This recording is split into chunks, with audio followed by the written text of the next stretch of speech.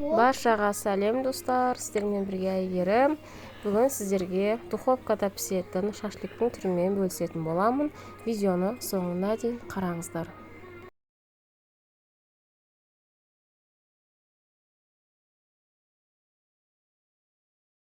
Ең алдымен біз ұсақтап туралған етіміздің үстіне пияз салып, және де кәуапқа арналған дәмдеуішті, тұзымызды, бұрышымызды салып, және де оның үстіне кетчуп салып, жақсылап араластырып, холодильникке кемінде 2-3 сағатқа қойып қоямыз.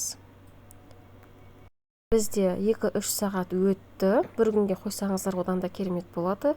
Енді осыны біз шпажкамызға әдемілеп салып 180 градуста пісіріп аламыз. Міне достар, біздің шашлик пісті. Өте дәмді, өте керемет, иісі деген керемет болып шығады. Жасап көріңіздер міндетті түрде. Видеоны соңына дейін қарағандарыңызға рахмет.